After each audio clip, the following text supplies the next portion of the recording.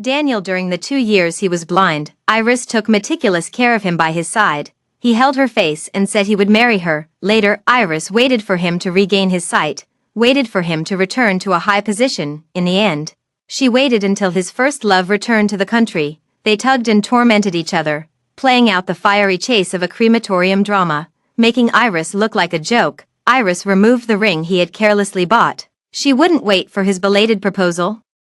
Daniel, she no longer wants either. The night was thick. Iris stood before the floor-to-ceiling window. On the phone, Dean David. I am willing to accept your offer. Hello, everyone, welcome to my channel. Subscribe us to read wonderful novels every day. Now the story begins. On the other end of the line, a deep voice could barely contain its joy. That's wonderful. With you joining us, I believe those star children will soon embrace the sunlight. But, he changed the subject, expressing surprise mixed with confusion. Aren't you about to get married? Dean David had invited her a month ago.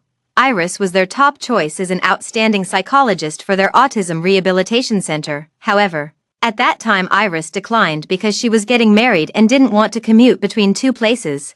But he said he would often go there to provide free medical services. Although he could understand, the director still felt somewhat regretful and unwilling to give up.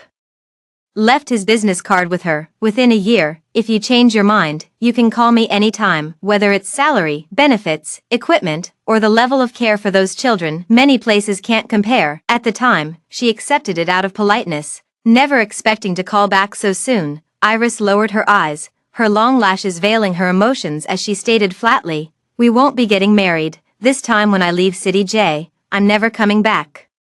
The voice on the other end suddenly rose sharply. What? As if realizing his outburst, Dean David cleared his throat. Among smart people, a hint is enough. He awkwardly changed the subject. Iris, if possible, you're welcome to treat the rehabilitation center as your home. Iris tightened her grip on the phone. I will. No one could blame Director David for his strong reaction. Before Jessica returned to the country, everyone had assumed that Iris would marry Daniel. Her love story with Daniel was widely known and envied. For years ago, Daniel lost his sight in an unexpected car accident, with little hope of recovery. In the Garrison family, a complex clan that prioritized profit above all else, this accident caused him to fall from grace instantly. The once promising prodigy became a discarded pawn. Even his childhood sweetheart broke off their engagement and vanished from Daniel's life. Disappearing to another country, he became depressed, brooding, and prone to violent outbursts. Everyone avoided him like the plague. Only Iris stepped forward willingly, accompanying him to recuperate in the remote old house, healing his emotional wounds. In the aged villa, he repeatedly gave up on himself, smashing everything in the old house with his cane, pushing Iris into the wreckage, snarling menacingly, "Get out, stay away from me." Yet Iris trembled as she stood up each time, embracing him. Daniel, don't give up, you'll get better.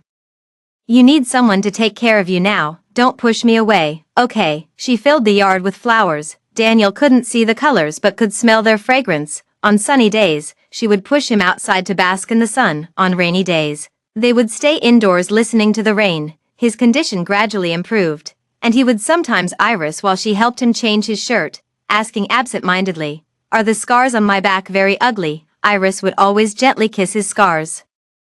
Not scary at all. Surviving the gates of hell makes you the bravest person alive. She stood by him through his most difficult 2 years. During countless medical visits that eroded hope, Daniel would bury his face in the crook of her neck and cry, "Iris, I will get better, right? It will definitely get better. When I recover, will you marry me?" So she waited and waited, until he regained his sight, until he returned to his high position, until he restored that noble demeanor of his. Finally, his 28th birthday arrived, and everyone thought he would propose. He never expected that the white moonlight who had once abandoned him would return to the country. Appearing at the climax of the banquet, he resented her, hated her, and made Jessica feel humiliated at every turn, even throwing their token of love into the swimming pool. "The Francis family is in trouble, and you came to me just for money, didn't you? Pick it up, and I might consider helping you."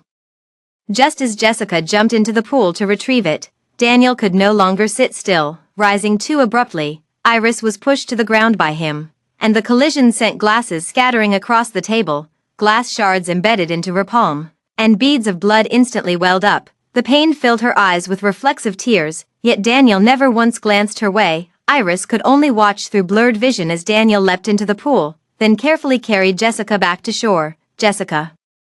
Don't you know you're hydrophobic? You'd risk your life for such a small amount of money. The woman was drenched, her long hair clinging to her face, tears and water droplets indistinguishable on her cheeks, looking utterly disheveled. Yet she wrapped her arms around Daniel's neck, her voice barely a whisper. But you still care, don't you? Daniel's Adam's apple bobbed repeatedly, his spine stiffening. Don't flatter yourself, yet never pushed away, a poignant scene. Deeply moving love and resentment, even Iris couldn't help but shed tears and applaud for them. But this was supposed to be the day Daniel proposed to her. That day, his white moonlight stood there in simple attire, shedding delicate tears. Enough to make the usually emotionless man lose control once again, yet Iris, with her meticulously applied makeup, became the most pitiful one in the entire room. Everyone was laughing at her misfortune. Only then did she have a moment of profound realization. She had accompanied him through 4 tumultuous years, but the one who lived in Daniel's heart was never truly oneself. She never crossed Daniel's heart wall built for Jessica. Iris made her decision, this iron tree that wouldn't bloom for her. She no longer wanted it. After hanging up the phone, the spacious villa returned to silence, with only the ticking of an old-fashioned clock. This was Iris who had moved it from the old house, Daniel during the time he was blind. He would often sit by the window, staying there all day without speaking, just quietly counting the dong-dong sounds of the clock. When he reached the 11th chime, he would call out her name, Iris, the sun has set. Another day has passed. Will tomorrow be a better day? It will, Iris answered firmly every time, until Daniel regained his sight and they moved out of the old house, leaving everything behind. Daniel said he wanted to completely sever ties with the past. Only this antique clock was brought back by her. Daniel, welcome our sunlight. But now, Iris touched the empty ring finger. There once was Daniel's casually bought ring on her finger, a very ordinary design, yet worth a downtown apartment. Now she's taken it off, but the indentation lingers stubbornly. She and Daniel will have no beautiful tomorrow. From now on, with every sunrise and sunset, she won't be Daniel's side. Footsteps sounded from behind. The next second, Iris fell into Daniel's slightly cool embrace. The familiar cool scent of pine wood, mingled with the faintest hint of pear blossom, Jessica's favorite fragrance. Why aren't the lights on? He leaned in close to Iris's ear, bending down as if to kiss her cheek. But she subtly avoided him. Iris's aloofness was instantly noticed by Daniel. Jealous, a plain statement. Daniel pulled her into his arms. Don't overthink it. He explained it with an air of nonchalance, still maintaining the noble demeanor of someone in power. She abandoned me back then. Obstacles and cold shoulders, she deserved them all. But she's afraid of water. I couldn't just watch her drown in the pool. His calm tone revealed not the slightest flaw, as if his heart remained unshaken.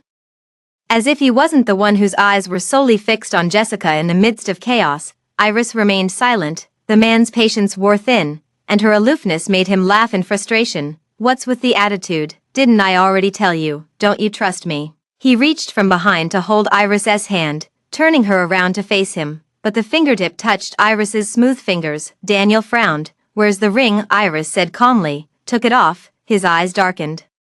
How could you take off our ring? Iris suddenly felt both amused and dazed by his accusatory expression. Did that ring hold any special memories for them? No, it didn't. It was just Daniel asking his secretary to casually buy it to appease her. It was her affection for him that endowed that ring with special meaning. 1 year ago, ever since Daniel regained his sight, she had been waiting for Daniel to fulfill his promise, to propose to her and bring her home as his wife, on a very ordinary day.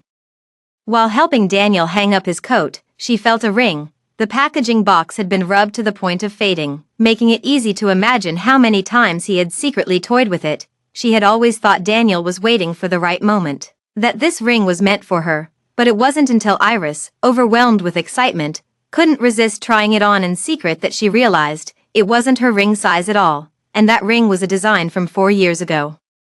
Daniel, it was at this moment that he remembered the ring and turned back after leaving. Iris' tears fell heavily from the corners of her eyes onto the back of his hand. Daniel, if you can't forget her, you don't have to marry me. Those 2 years I spent with you were willingly given, and you don't owe me anything in return. He held her, carefully wiping away each tear. No, Iris, I will marry you. I'm just reminding myself not to forget the foolishness of misjudging people in the past. I'll buy you a new ring, okay, wait for my proposal, there will be something even better, trust me. Later, there was a mark on her ring finger, but now, she doesn't even want new ones, why keep the old ones then? Jessica's arrival shattered all their plans. It also shattered the original trajectory. That birthday party ended abruptly. It wasn't until Daniel's friend saw Iris with blood streaming down her palm and cried out in alarm that Daniel finally thought of her. I'm sorry, Iris.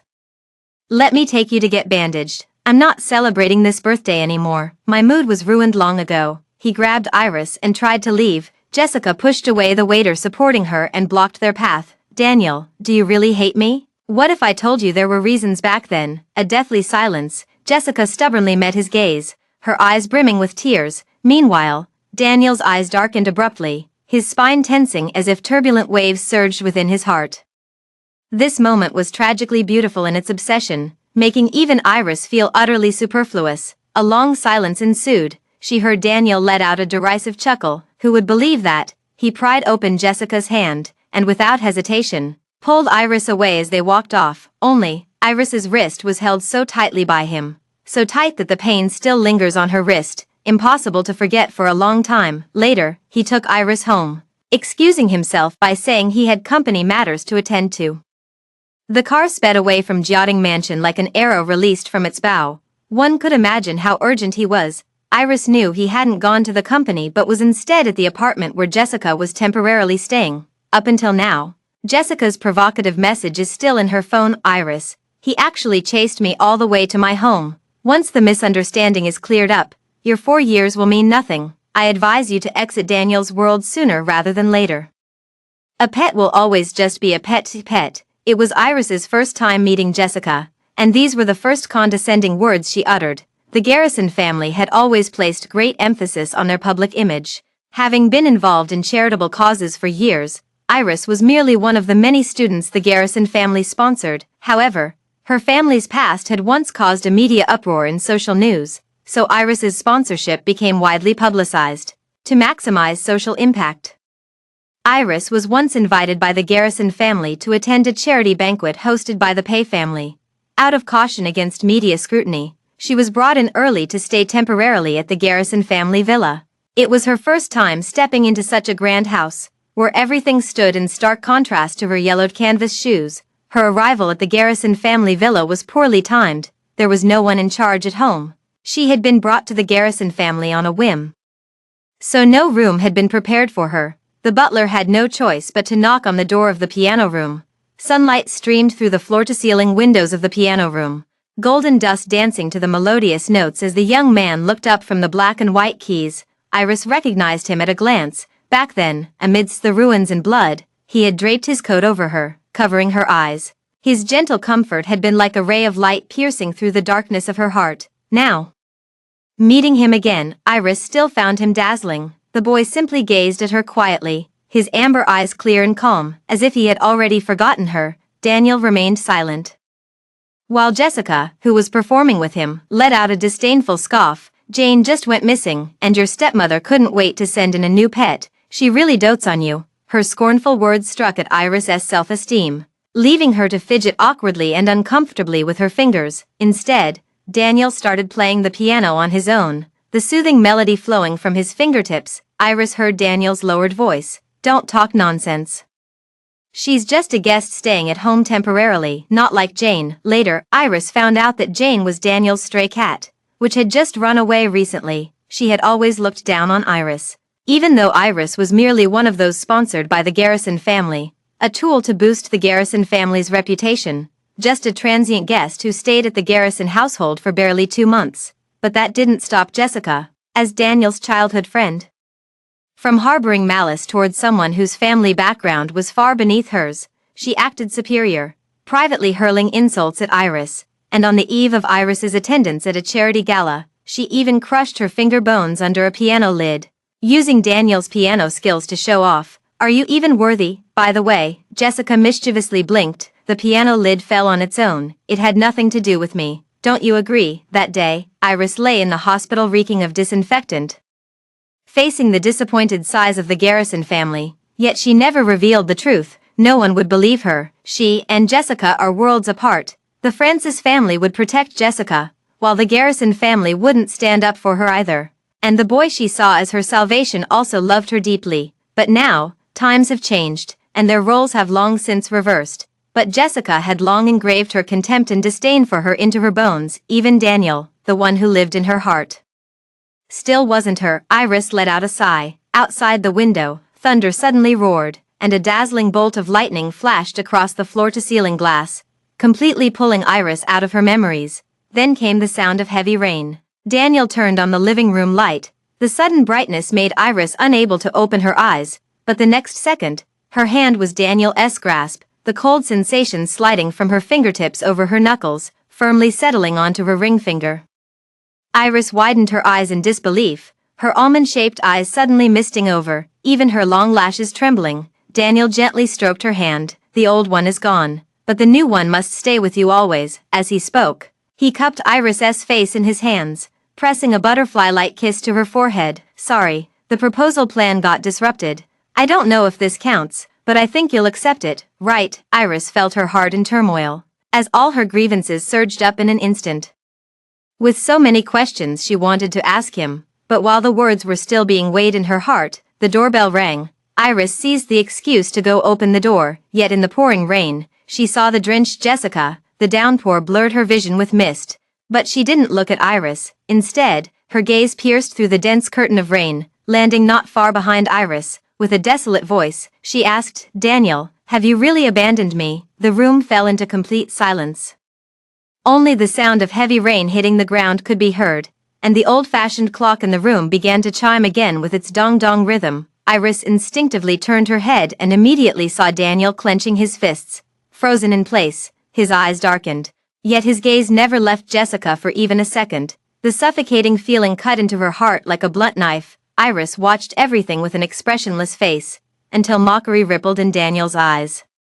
His smile devoid of warmth. Jessica, look in the mirror. Your current wretched state is far from the carefree way you disappeared without a trace when you went abroad years ago.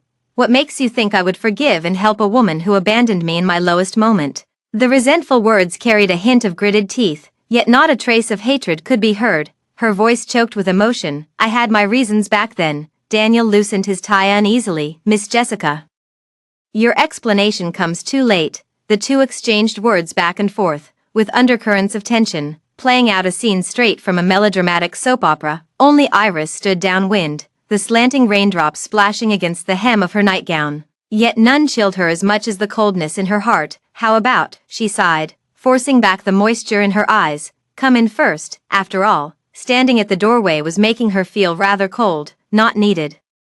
Daniel spoke again in his steady, composed voice. He strode forward, unyieldingly pulling Iris into his embrace. Miss Jessica, if you had any dignity at all, you wouldn't be standing at the doorstep of my home with my fiancé. I can't be bothered with your affairs. Not personally pressuring your life or kicking you when you're down is the last shred of my courtesy. His words, devoid of any warmth, cut deeper than the biting wind. Jessica's face instantly turned pale.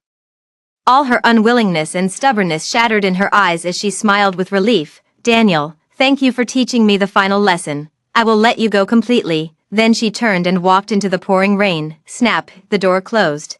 Iris's shoulder blade ached from Daniel's tight grip, yet he deliberately feigned nonchalance.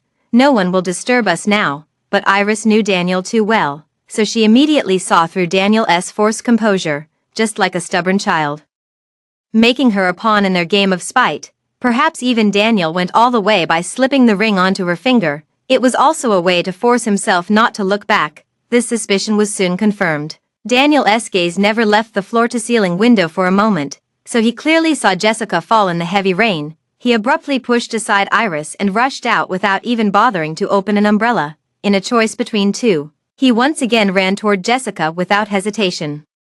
Yet it was she who ended up completely drenched, soaked to the skin, yet Iris felt as though she were the one standing in the downpour. Before long, Daniel carried Jessica into the house. Meeting Iris's gaze head-on, his steps faltered slightly, his voice unconsciously lowered, tinged with barely detectable guilt. Iris, I just didn't want her fainting on our doorstep. Adding unnecessary, I know. Iris spoke softly, interrupting him. I'll call the family doctor for her. She can stay in the side room upstairs for the night. After all, we've known each other for so many years. I can't just stand by and watch her die. She even prepared an excuse for Daniel, yet Daniel felt an uncontrollable discomfort rising in his heart, always sensing that Iris was somewhat off. He stared intently at Iris, trying to detect any hint of a flaw on her face. Anger, jealousy, grievance, none were there. She was just as understanding, gentle, and generous as always, smiling softly with concern. Just as she had comforted him countless times over the past 4 years, Jessica, she got caught in the rain and might very well develop a fever. Daniel let out a sigh of relief. His Adam's apple bobbed slightly. I'll take her upstairs first. But after only a few steps, Daniel still turned back uncertainly. Iris, I really don't love her anymore. This is purely out of humanitarian concern. You're the only one in my heart. Don't overthink it. Iris didn't respond, only offering a faint smile and a nod. She questioned in her heart, Daniel, can you really deceive yourself with these words? Meanwhile, Daniel held Jessica, who was struggling restlessly, in his arms, crying uncontrollably. Daniel, I don't want you to interfere. Let me go. I'll never give you another chance to humiliate me. His emotions instantly spiraled out of control. Humiliate you? Jessica, you brought this upon yourself. Iris felt somewhat dazed, since Daniel regained his sight. Iris has only seen him lose control of his emotions twice. The first time was at a villa party, his birthday celebration. The second time was during this torrential rainstorm, and both times, it was because of Jessica. They went upstairs, the sound of their argument never ceasing. Upstairs, it was their love and hate intertwined. Downstairs, Iris calmly began to pack her things. She had accompanied Daniel for 4 whole years, but after deciding to leave, Iris realized there wasn't much here worth taking with her. Daniel, the expensive gifts bought perfunctorily, the latest seasonal items regularly delivered by the secretary, and even Iris taking the initiative to take group photos. She didn't want to take any of them with her. Only one coat remained. A gift from a 17-year-old boy, who was also the light in her heart. Iris, her father was addicted to gambling, and her mother only knew how to endure passively, taking out her frustrations on her. On that rainy day, Iris's father accidentally killed her mother in a drunken rage. Blood splattered across the entire wall. She trembled all over, thinking she would also die under Iris's father's wine vat. And that was when the police entered, of course. There were also the charitable members of the Garrison family. She looked up from the crimson ruins and met a pair of strikingly beautiful eyes. Her body trembled physiologically, making her unable to utter a complete sentence.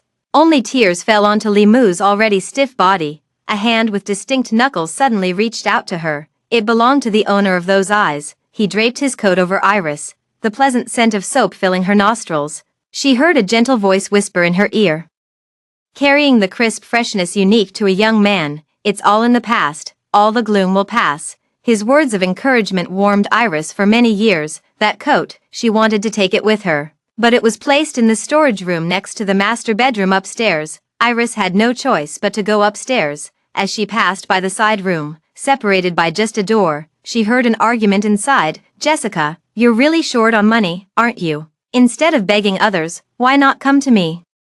Take off one piece of clothing. How about 100,000? Just from the sound of his voice, he could imagine Daniel's aloof and arrogantly indifferent demeanor. Iris's steps froze instantly, bitterness surging through her chest. In that moment, all her blood rushed to her head, not from anger, but from sheer disgust. An inexplicable nausea overwhelmed her. She heard Jessica's voice tremble with disbelief. "Daniel, what do you mean, being kept? Didn't you want to come back to me?" He sneered with duplicity.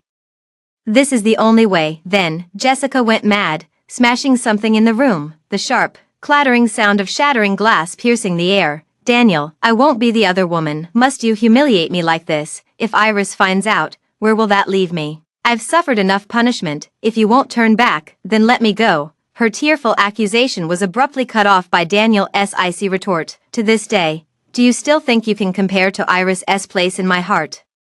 Since you're willing to degrade yourself for the Francis family, I'm your best choice, but I'll only give you this chance once. As for Iris," Daniel paused, exuding condescending confidence, "she won't know." But Iris already knew. For a fleeting moment, she desperately wanted to push the door open and kindly remind him. Wasn't it too troublesome to keep hiding it from her like this? She would make space for them and simply leave. Inside, Jessica's sobs came intermittently. One, driven by love turned hatred, sought to take by force. The other, feigning weakness, played along with the seduction. They make quite a good match. Even this rain seems like heaven's blessing. Iris turned and went downstairs. No more rings, no more coats, Daniel. She no longer wants either, yet her steps faltered, and upon closer inspection, Iris's fingertips trembled, even though she had long seen through this relationship and made the decision to leave. Hearing it aloud still brought her to tears. How pathetic. If love were set aside, she might have thanked Daniel for a lifetime. She thought she saw things clearly, yet uncontrollably. She carried resentment. Iris just wanted to accompany him out of the darkness, just as Daniel had once illuminated her. But why did he have to give her promises of love? Liar. Fortunately, all of this is finally coming to an end. The next day, the rain cleared and the sun emerged. Iris arrived early at the counseling office and submitted her resignation. The resignation process would only take a week. These would be her final 7 days in City J. From then on, the road ahead was long and the mountains high. She had nothing more to do with this place. In the changing room, she had just put on her white coat when she received Daniel's call. Iris, where have you been? Iris replied calmly while locking the cabinet door. The consultation room, on the phone. The other end seemed to let out a sigh of relief, but Daniel still sounded puzzled. Doesn't the clinic start at 9? Why so early today? Her tone remained calm. I have a patient scheduled. That's good. I thought you might be overthinking it. I've already sent Jessica away. If it bothers you, I'll have the maid thoroughly clean the side room. Iris, let's get married on a warm day. Get married. Hearing it from Daniel is quite something. She had hinted so many times in the past. Yet he remained unmoved, maintaining an ambiguous rhythm of closeness and distance. But now, after his intense entanglement and tug-of-war with Jessica, he suddenly says he wants to marry her. Whether it's Daniel's guilt at play or he genuinely wants to recreate the golden house for a hidden beauty.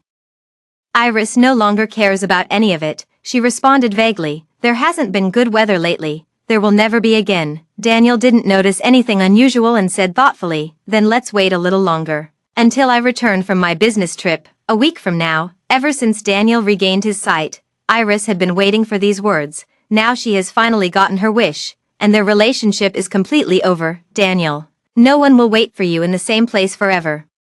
Countdown Day 7, Daniel went on a business trip. Before leaving, he arranged for Jessica to stay at Fongue Villa under the pretense of confinement. It was a place they often stayed before their breakup, still preserved exactly as it was. Countdown Day 6, Iris burned the photos of her and Daniel, which were pitifully few, mostly taken by her secretly. The only exception was when she went on a business trip to Super with Daniel. At the foot of the wishing tower, Daniel fiddled with his phone.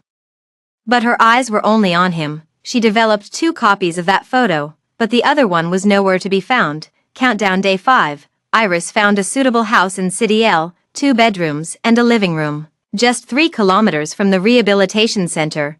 Day 1 of the countdown, Iris completed the handover and saw her last patient. The door of the consultation room was pushed open. Iris locked eyes with Jessica's bold and radiant face, finally no longer appearing tearful and fragile. Jessica sat in the chair opposite her like a proud peacock. Dr. Lee, long time no see, she said with a sarcastic tone. The bed at your place is really nothing special. Moonlit Villa is much more comfortable to stay in. Iris lowered her eyes, ignoring the provocative look on the other's face, and spoke in a businesslike manner. What's been happening lately? Any symptoms you're experiencing? She smiled smugly. Actually, it's quite simple. My former lover is about to become a married man. But we still love each other. Dr. Lee, what do you think about this situation? But the one who isn't loved is the real outsider, don't you think? Jessica said boastfully, leisurely watching the Iris across from her. She so eagerly anticipated Iris to be angry, trembling, and questioning her repeatedly. The more so, the more it would highlight Iris's disarray. However, she saw nothing of the sort. Iris didn't even spare her half a glance, but pointed out the window. Go out 300 meters and turn right. Jessica was puzzled. What do you mean? You shouldn't be seeing a psychologist. You should be going to the psychiatry department. She slammed the table and stood up abruptly in anger, yet in the next second, she caught sight of the ring on her own finger. The fury instantly dissipated. Jessica gracefully sat back down, regaining her composure, and smugly waved her hand at Iris. It was the very same ring Iris had tried on, which had been completely ill-fitting for her finger size, so Daniel was never lost. The ring finally returned to its true owner after 4 years. Jessica whispered with a fragrant breath, Miss Iris, he can't hold back any longer. You lost this game much faster than I expected. Just a ring was enough to make Jessica pop the champagne at halftime. Savoring the taste of victory prematurely, eager to declare her sovereignty, Iris smiled, relieved as she took off the ring from her own hand. She had originally planned to find an opportunity to return it to Daniel, but now it seemed unnecessary. She raised her eyes, her cool expression devoid of any emotion. There's nothing to boast about with just a ring. Take this one too. If a man's love must be won through women's deceitful games, it would be far too cheap. Jessica likes it, she doesn't like it. Iris pushed the ring toward Jessica and suddenly smiled brightly. You and Daniel, get the hell out of my world. Iris boarded a flight to City L that very night. Amidst the cacophony of farewells and reunions around her, she simply sat at the boarding area, calmly blocking all of Daniel's contact methods, before blocking him on WeChat. The last message was from Daniel. I'll be back tomorrow, but don't wait for me to have dinner. Won't wait anymore. From then on, that home would never again have dinners reheated repeatedly only to be thrown away. Nor would there be Iris's constant anxiety and humble expectations. After deleting everything about Daniel, Iris only realized it belatedly. What once kept her awake at night, crying till dawn, even suffocating with fear of sleeping in the dark, turned out to be nothing but lines of code. Before Jessica returned home, she was constantly emotionally drained in this relationship. After Jessica returned home, the long-awaited verdict finally sentenced her to emotional death. Once countless voices buzzed in my ears, now deleted, and complete silence has been restored. At the broadcasting station, a gentle reminder chime sounded, urging passengers to board the plane. This was a complete and final farewell between her and Daniel. She put on sunglasses and pushed her suitcase, the wind lifting her clothes. Iris strode forward in high heels, never looking back. 2 hours later, the plane landed with a roar. As a newcomer, not only did she need to gradually adjust her lifestyle habits, but even her phone's big data couldn't fully adapt. The moment she connected to the internet, too many messages popped up. There was Dean David checking if she had landed safely. There were also City J gossip news pushed from the webpage, and the protagonist was no stranger to her. It was Daniel and Jessica. The news report was vivid and detailed, complete with pictures and text. Iris could tell what was happening at a glance. Jessica attended the drinking party to win over business. At a table full of pot-bellied, balding men, she was deliberately plied with alcohol and threatened with malicious intent. A flower fallen into the mud. Everyone wants to pluck it, somehow. News of her attending the social event reached Daniel's ears. The man who should have been on his way back used every means to land on the rooftop and pushed open the private room door at the fastest speed. Daniel's fists rained down like a storm on the man, his face dark with fury as he crushed his wrist underfoot, his spotless leather shoe pressed down mercilessly. This is the hand that touched her, right? Back when Iris was being harassed, he casually said. Sorry you had to go through that. Like a completely different person, blinded by rage for his beloved, the former couple's tangled love and hate captured the attention of many young women, instantly topping City J's headlines. Iris suddenly noticed more messages on her phone, coming from a group chat. There was no group name, but the people in it were all City J's prominent figures. Iris joined this group by chance. Daniel had just regained his sight at the time, and his eyes hadn't fully adjusted yet. The doctor limited his screen time to quickly reconnect with the outside world. Iris became Daniel's voice. For convenience, he added Iris to this group chat full of second-generation heirs and successors. Iris never spoke once, and over time, they forgot Iris's existence. The bright red 99 Plus was truly eye-catching, and the latest notification that popped up was still about her. The message was sent by Daniel's brother Henry, who was also one of the few people Daniel had during his blindness that didn't kick him when he was down. Daniel. We managed to suppress this video from being released by the media, but rumors can't be contained forever. Iris will find out eventually. Iris clicked in. It was at the hotel's winding corridor. They tugged at each other in the cold wind. Jessica was Daniel tightly held in his arms as she struggled and wept. Daniel, if this is revenge for me leaving you back then, it should be enough by now. It will never be enough. He lost control and pressed Jessica against his lips. Don't you like money? If you stay with me, the Francis family's affairs will be my responsibility. Is 100,000, 500,000, or $1 million enough? Iris exited the video, uninterested in their price-haggling conversation. Her moist fingertips trembled imperceptibly, But fortunately, she had long stopped caring. The conversation in the group continues. Daniel, didn't you say you were going to marry your girlfriend? What if she sees this and gets upset? She won't. Amidst the clamor, Daniel finally appeared, with his usual confidence. 1 is a pet, 2 are also pets. Iris is very sensible and won't make unreasonable demands. Iris is very sensible. This wasn't the first time she'd heard this evaluation from Daniel. Last New Year's Day, Iris celebrated the new year for the first time with Daniel and his circle of friends, in the dimly lit private room, with various premium red wines and imported liquors covering the table. After just a few rounds of dice, Iris had already downed 3 glasses of strong liquor. Luck is not on my side.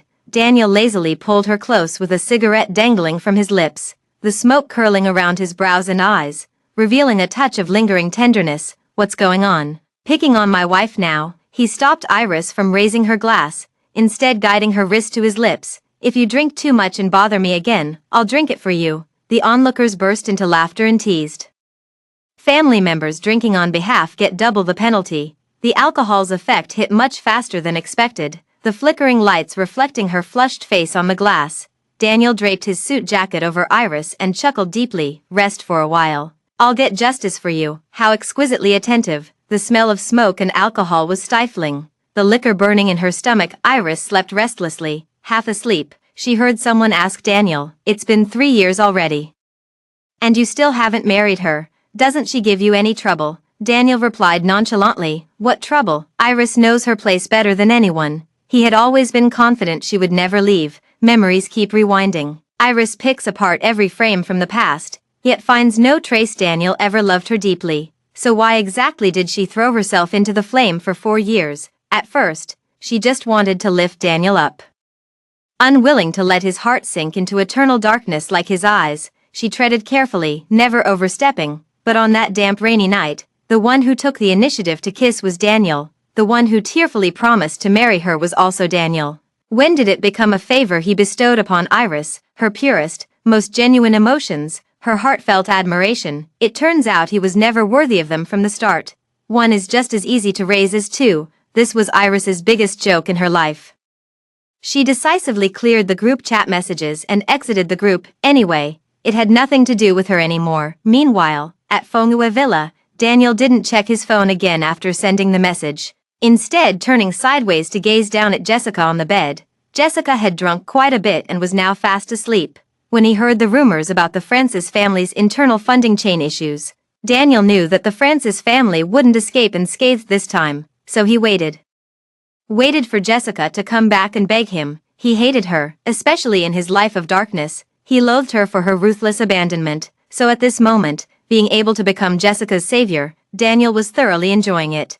The feeling of being held in high regard and being fawned over by her, even if he knew her flattery was calculated. But so what? Iris wouldn't care, and neither would he. Thinking of Iris, Daniel's breath hitched for a moment.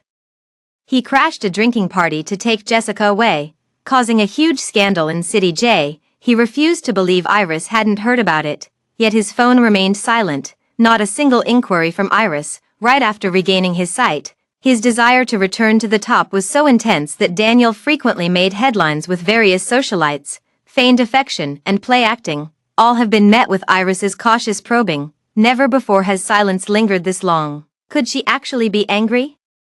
But she's always been easy to appease. He bought back luxury items to amuse Jessica, and any one of them given to Iris would make her very happy. She has always been someone who takes the opportunity to step down when given a way out. Daniel felt an inexplicable pang of guilt in his heart. He searched for Iris's WeChat profile picture, clicked in, and casually sent a message. She had nothing left and couldn't afford to lose her chastity, a reasonable statement, serving as an explanation to Iris. But the next second, Daniel's pupils trembled in shock. What jumped out from the screen was the red exclamation mark behind the message, so glaring, Iris blocked him. Meanwhile, he saw messages continuously popping up in the brothers' group chat. Why is there one less person in the group? So, who left the group? Don't want to hang with Daniel anymore. Henry even started a cons grand roll call in a group of just over a dozen people, but after checking back and forth, no one seemed to be missing. Certain memories seemed to break free from their cages, gradually surfacing in his mind. Daniel could barely hold on to his phone. The man who had always been in control now felt a suffocating sensation akin to cardiac arrest. Because he already knew who had left the group chat, it was Iris, so she got angry after seeing the message in the group. Daniel could no longer sit still and abruptly stood up, but the hem of his clothes was grabbed by Jessica. She had woken up at some point and was staring at him blankly. "Daniel, can you please not go find Iris? I have nothing left, I only have you. Can you stay with me tonight?" As she spoke, Jessica slipped off her silk outerwear, revealing the camisole underneath, and wrapped her arms around Daniel's neck.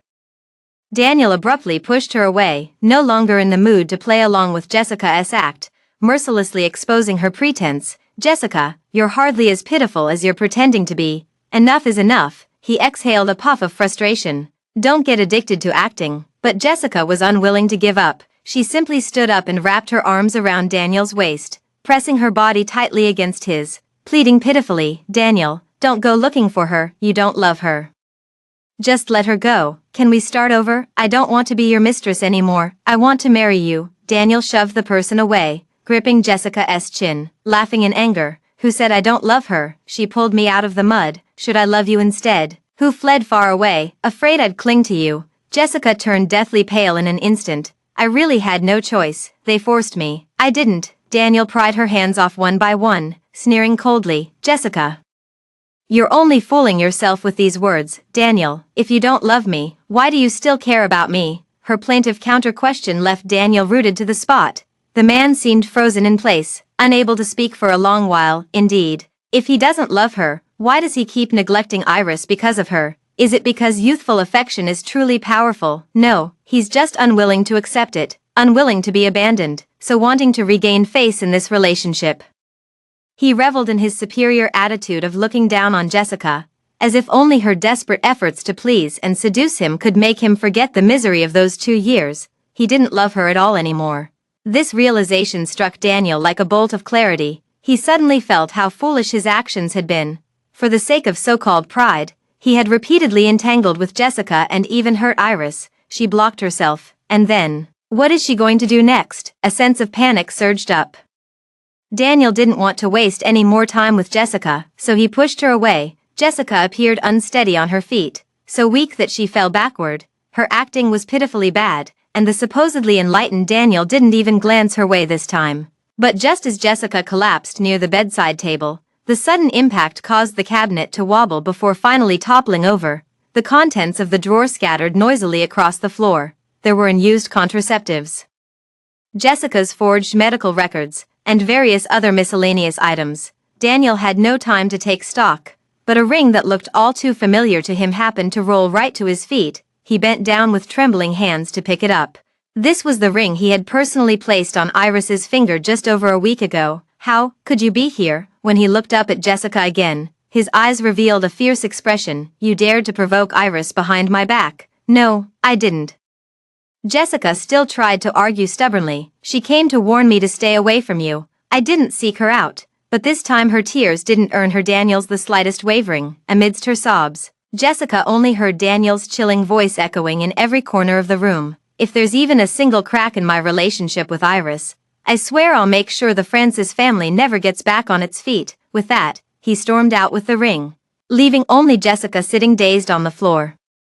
A chilling tremor coursing through her entire body, his bloodshot, nearly deranged expression made it seem as if Jessica were to admit it, Daniel would truly strangle her. Daniel had gone mad. Along the way, Daniel drove the car at breakneck speed. He floored the accelerator, ignoring all red lights, the roar piercing the silent late night. Daniel, his hands trembling on the steering wheel. Finally, after what felt like an eternity, he arrived home and rushed into the villa. The villa was pitch black. No more brightly lit rooms, no more signs of life, and no one would ever fall asleep on the couch waiting for him again. Daniel turned on the light with a sigh, yet it wasn't as empty as he had imagined, just eerily quiet. Could it be Iris hadn't left? Was she just using this way to show she was angry and needed him to coax her back? This conjecture lightened Daniel's burdened heart a little. He quickly went upstairs and pushed open Iris's door. The dressing room was filled with Iris's clothes.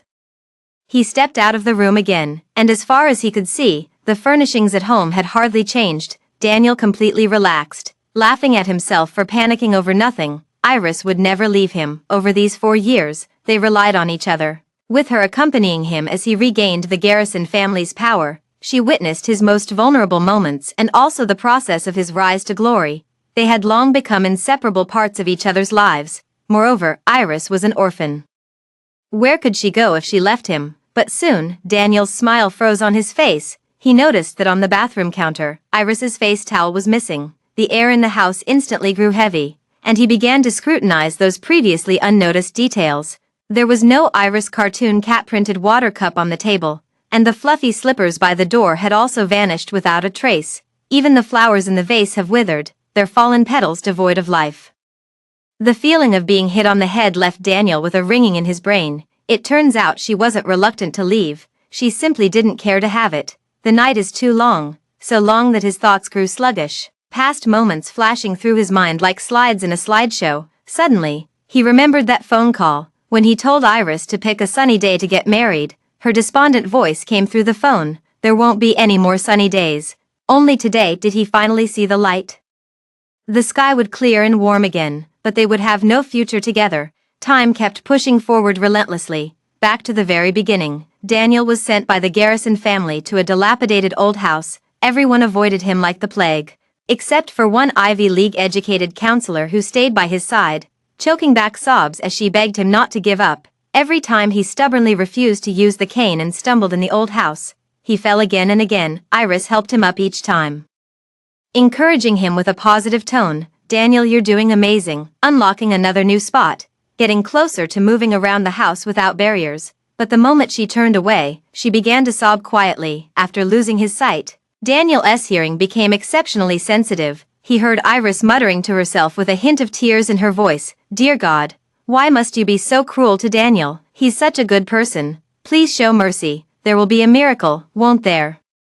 After going blind, his emotions became volatile and irritable, the endless darkness making him increasingly unpredictable. In fact, he had startled her many times. He could feel Iris's trembling as she supported him. He could also sense the warm tears that inadvertently fell onto the back of his hand. He began uncontrollably picturing Iris's appearance in his mind. So on that rainy night, when the old house lost power, Iris accidentally fell into his arms. Daniel instinctively kissed her. He saw Iris as the only beam of light in his pitch-black life, and his promise to marry her back then was sincere and heartfelt. But Daniel punched the mirror, shattering it and distorting his reflection.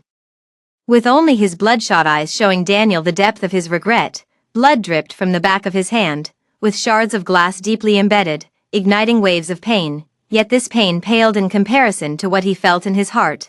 He thought of the time after regaining his sight, Iris's every calm gaze that concealed hidden sorrow. He had noticed it all along. How could I have not noticed, if only just once? Daniel relied on Iris's deep affection for him, relied on her not making a fuss.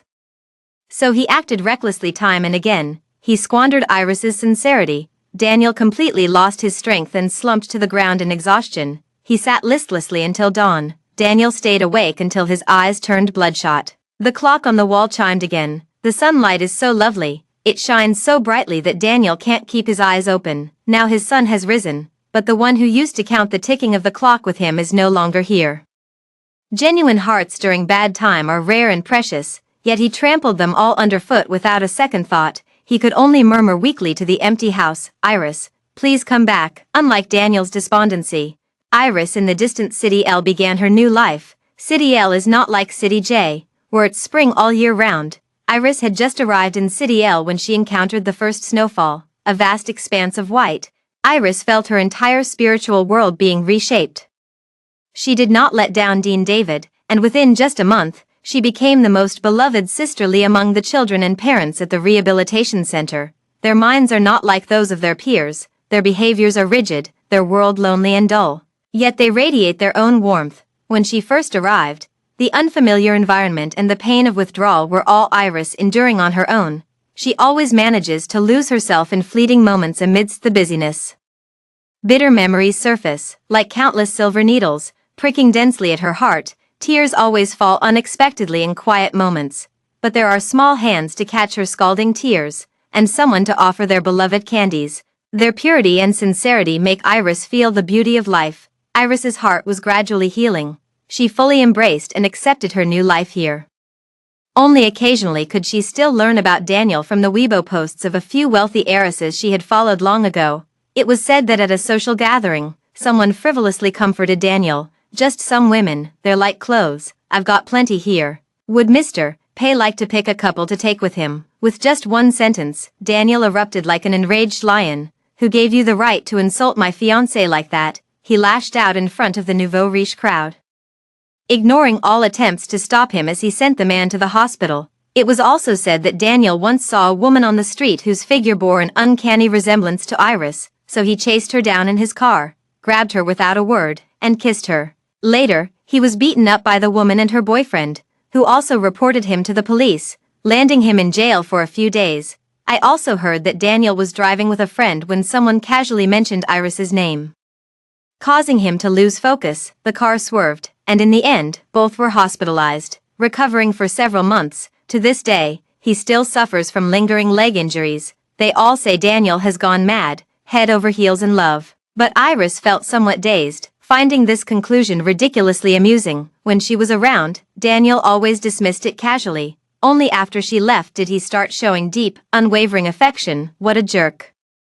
The train of thought was interrupted by a knock on the door. Iris looked up and saw the little boy standing at the intersection of light and shadow. It was Jerry, in the rehabilitation center, the little boy who liked Iris the most. Jerry has an extraordinary IQ and looks no different from any normal child, but possesses an even more stubborn temperament. He is always immersed in his own little world, with a heart that's extremely hard to open, and finds it difficult to trust others. In fits of anger, he once destroyed all the plum blossoms in the yard and smashed every child's water cup, leaving no one daring to approach him. He resists contact with everyone, except Iris, who, in just 1 month, became the only person Jerry would accept. "What's wrong, Jerry?" Iris left Daniel behind, then stepped forward and crouched down, bringing her gaze level with Jerry. Jerry said nothing, simply handing a jade bracelet to Iris with both hands. "Here." The bracelet refracted a translucent green hue under the sunlight, clearly of considerable value. Iris was taken aback for a moment. The bracelet looked somewhat familiar. A few years ago when she graduated from university, a senior had once wanted to give her an almost identical one. Iris had firmly refused. Jerry kept shaking his head, then as if remembering something, steadied himself and smiled at Iris, his dimples faint, his childish voice slow and clear. "Make friends." Yesterday Iris spent the entire afternoon patiently guiding him. "Jerry, giving someone a gift we personally like is also a way for us to express kindness. So, this means he considers Iris his first friend." But Iris stared at that expensive bracelet. "It's a bit tricky. Jerry is still young and lacks the concept of ownership, let alone the ability to judge the value of an item. But this bracelet is clearly a family heirloom, and she can't accept it. However, if Iris refuses, it could easily shatter Jerry's hard-earned understanding of friendship." Hesitating, Jerry had already slipped the bracelet onto her wrist. Iris was about to speak when her phone rang the next second. Jerry seemed captivated by something outside the window. After a quick hug, he turned and dashed out. Iris glanced at her phone, and the name in the WeChat dialog box made her pause. Henry. Although she had been with Daniel for 4 years, Iris never truly integrated into his circle. Whether it was his close business associates or the usual followers around him, Iris knew very little about them. The only person she had some contact with was Daniel's closest friend, who didn't abandon him in tough times, Henry. But Iris had long forgotten why she added him in the first place. "Iris, you and Daniel won't just break up so easily, right? Maybe you should meet up and clear the air if there's any misunderstanding. He's been having a really hard time lately.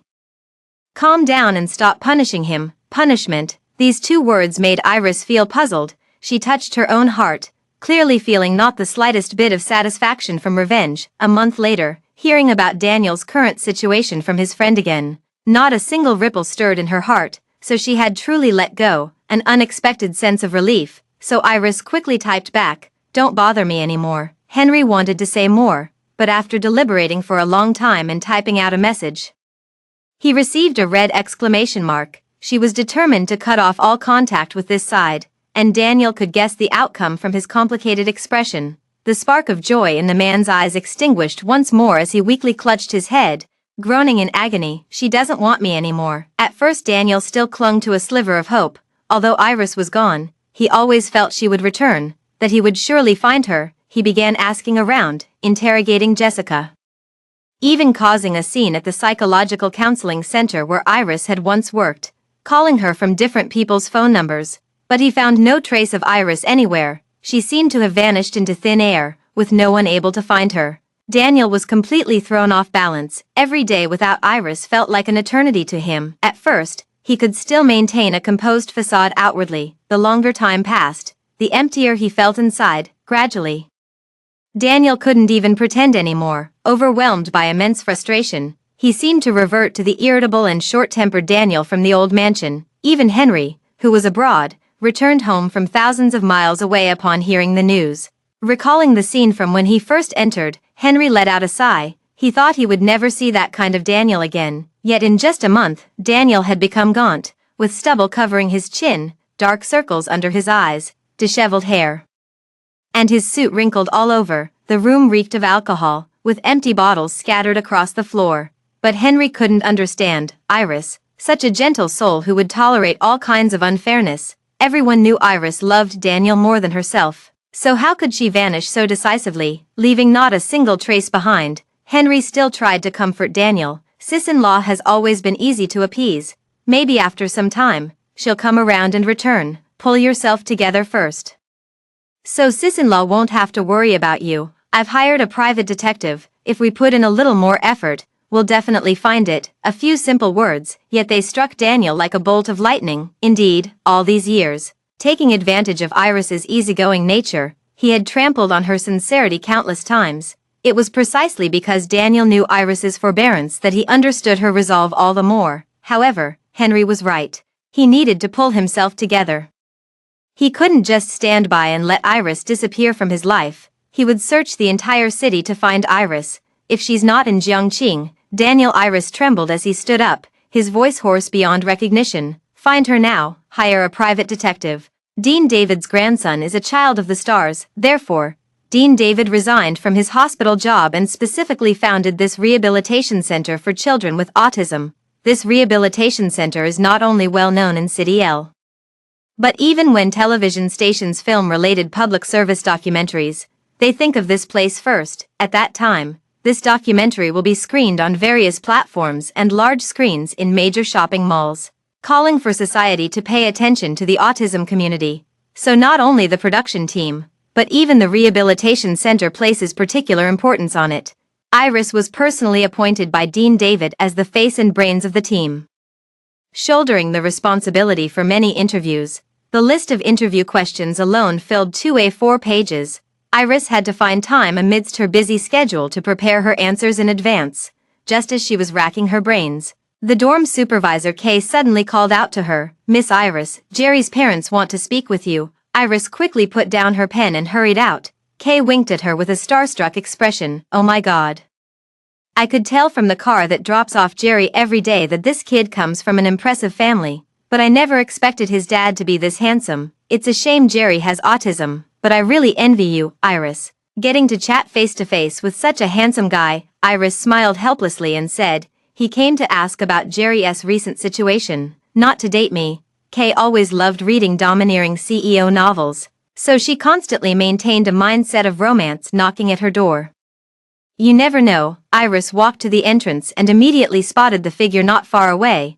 The man had his back to Iris, standing casually under a tree while on the phone. His tall, well-built frame and broad shoulders accentuated his outfit, making his presence exceptionally striking. As she approached, the man had just ended the call. Before he could turn around, Iris initiated the conversation. "Hello, I'm Jerry's psychological counselor, Iris."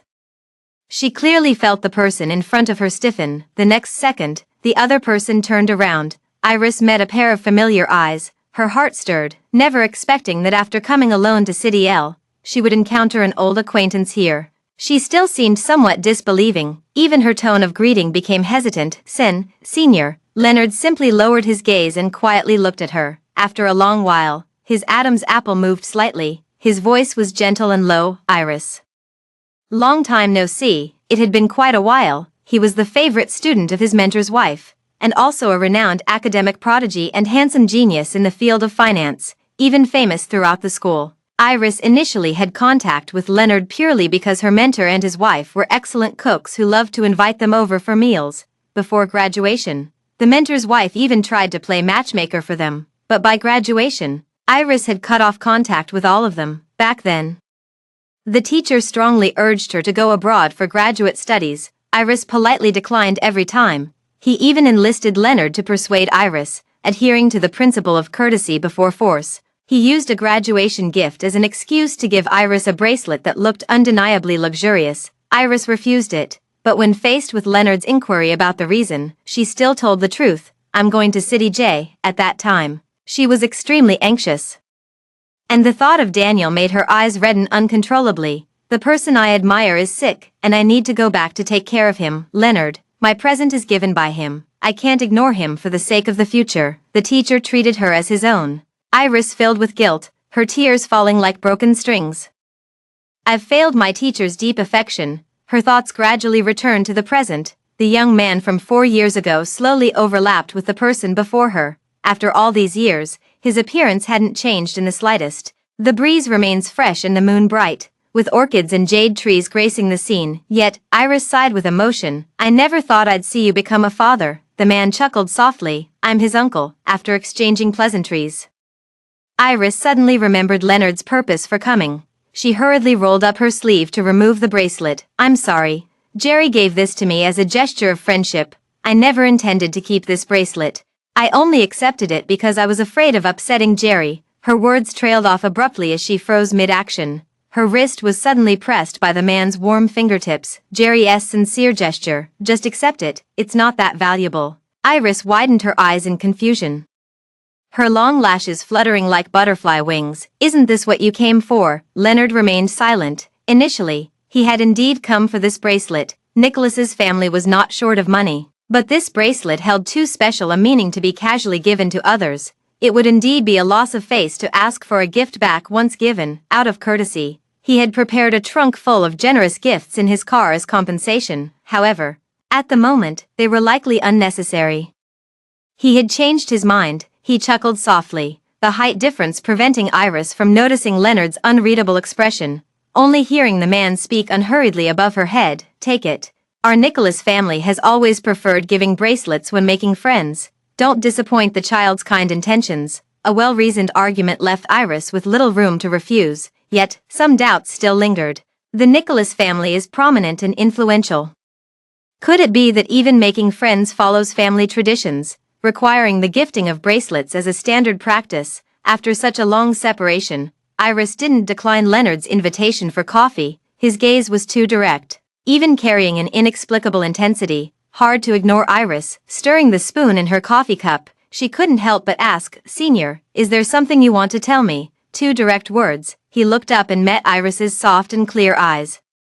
These eyes had appeared countless times in his dreams over the past few years. Back then, under the shade of the tree, she stood there in a white dress, waving from afar. The girl smiled with faint dimples. Senior, the teacher asked me to pick you up. That pure, radiant smile instantly captured his heart. She has a beautiful smile. During the debate competition, she smiled slyly while speaking sharply. At the national awards ceremony, she smiled with confidence and pride while delivering her speech. When playing around with her roommates, she smiled with her almond-shaped eyes curved into crescents. Even when their department organized students to volunteer for cleaning up fallen leaves on campus, and everyone was complaining bitterly, she could still step on the leaves with a lively smile. Such a radiant person. Leonard only saw her cry once, on graduation day. It was also the day he planned to confess his feelings. The girl he liked was crying in front of him, for someone else. It turned out her heart already belonged to someone else. Leonard gradually pulled his thoughts back, his mind swirling with countless reflections, yet his expression remained unreadable. I remember after graduation, you went straight to City J. Never thought I'd have the chance to meet you again in City L in this lifetime. Are you going back to City J? Iris was somewhat absent-minded, so she didn't notice Leonard's pointed tone. He just shook his head. Never again.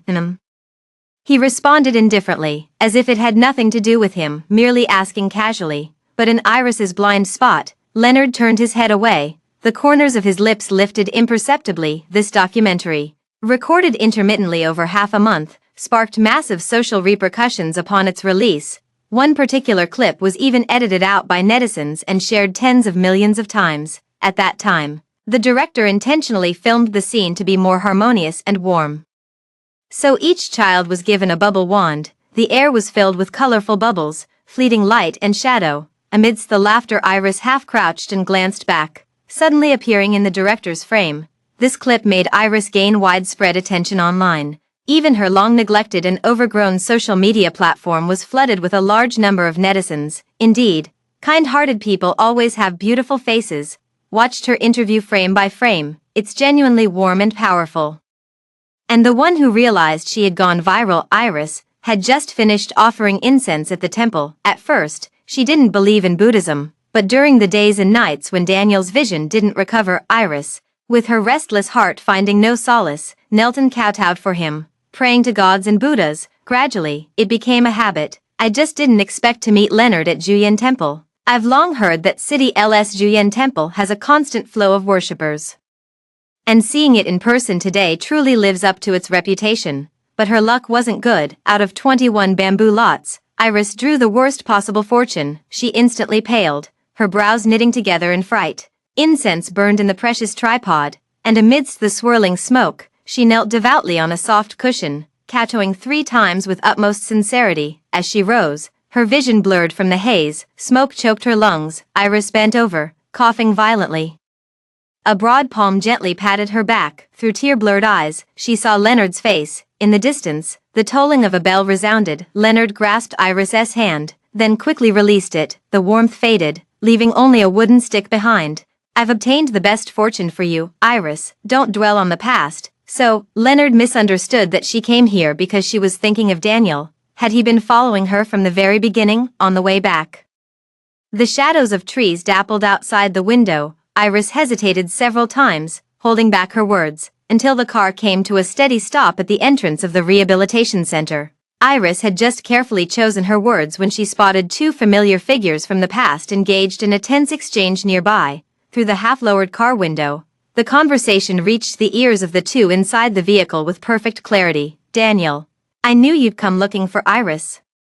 But I'm already carrying your child. The baby can't grow up without a father. Please don't go see her, okay? Daniel pushed the person to the ground with a look of irritation. Jessica, I told you I won't acknowledge this child if you don't get rid of it. Don't force me to take action.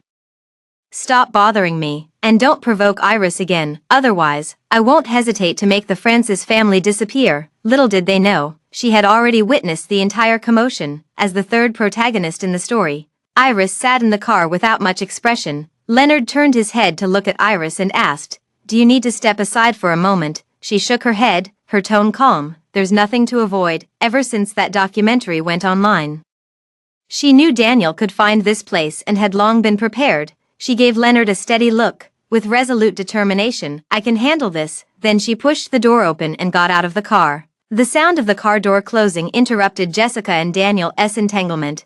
Almost instantly, Daniel strode over in large steps. Iris, you really made me search for you. He eagerly tried to grab Iris's hand, tears falling in panic. Please don't hide from me anymore, okay?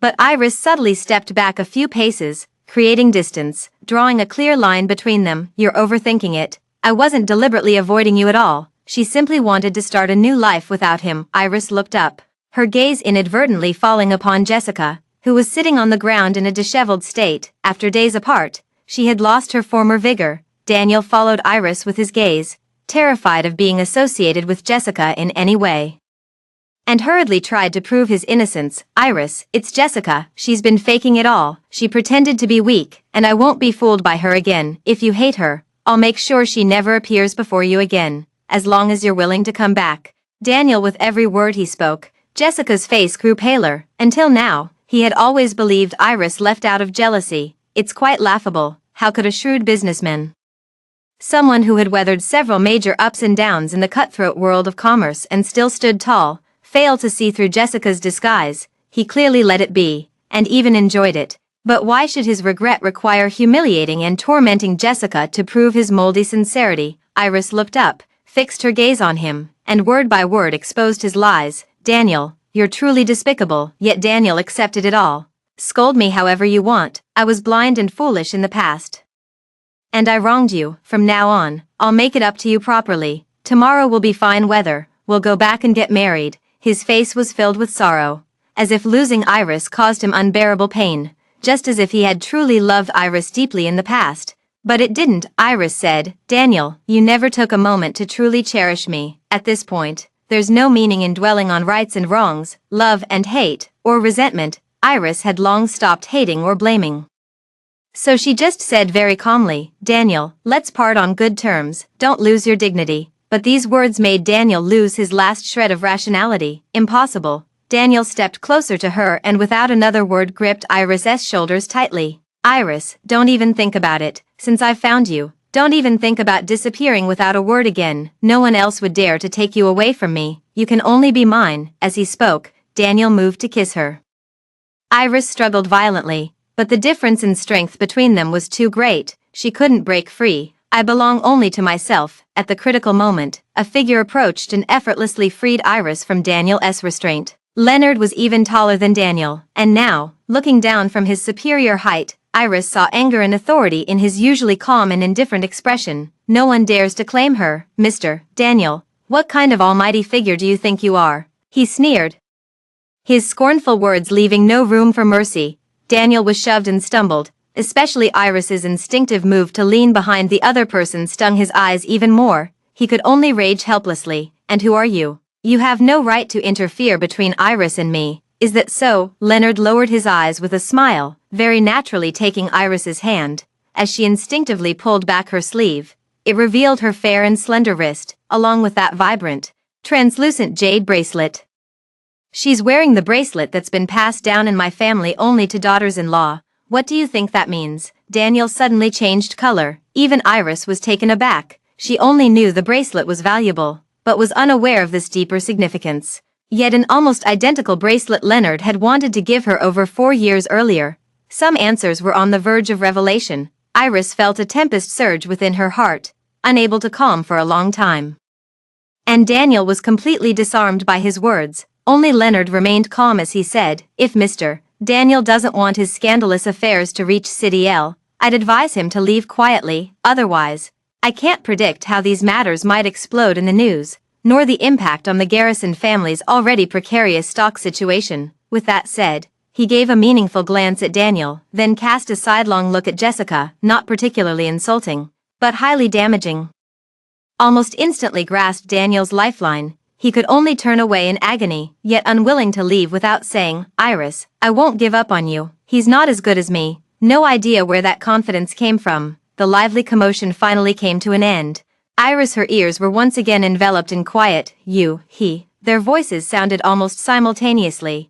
As their eyes met, it was ultimately Iris who succumbed to the Leonard's obscure gaze. "You go first," Leonard smiled. "Has his eyes really been cured? That seems pretty ridiculous." With that, he gracefully passed the speaking turn to Iris. "What were you going to say just now?" Iris bit her lip. "That bracelet. She's so smart, yet only when it comes to Daniel does she stumble." Now facing Leonard's feelings, she couldn't pretend to be oblivious, only realizing belatedly, astonished that he had developed feelings for her so early on. And Leonard instantly understood Iris's thoughts. "Iris, don't rush to reject me. We still have plenty of time." His voice was gentle, unhurried, and measured. His calm demeanor made it impossible to tell his back was already drenched in sweat, which in turn made Iris's hesitation seem somewhat awkward. Leonard pointed to Iris's pocket. There lay the bamboo slip he had prayed for, under the golden Buddha statue. Until the bamboo slip emerged from the tube, Leonard for the first time in his life truly believed in the saying that sincerity leads to miracles. After all, meeting you was already the best fortune one could ask for. Life is getting back on track. Daniel left, and for a while, he didn't come to bother Iris. It was said that Daniel had offended the bank manager for Jessica, which resulted in his loan not being approved, causing financial problems for his company.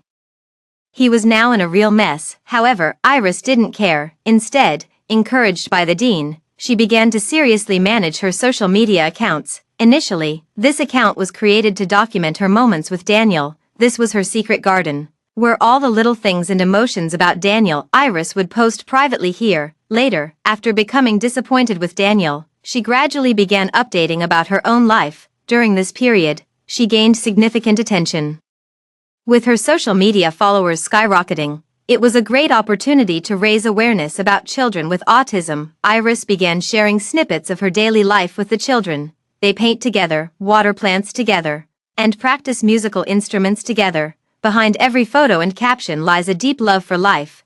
The comment section is also harmonious and friendly. It's truly touching. Every child has their own little world. They just don't know how to express it. Seeing these makes my cold corpse feel warm. Would you be interested in organizing an offline art exhibition? I'll be the first to attend. Among the many comments, Iris gave this one a like. For some reason, my heart swells with emotion. Once certain thoughts take root, they quickly grow into towering trees. However, with increased attention, negative comments inevitably emerge. Just a shameless bitch who only knows how to act, a homewrecker who meddles in others' relationships.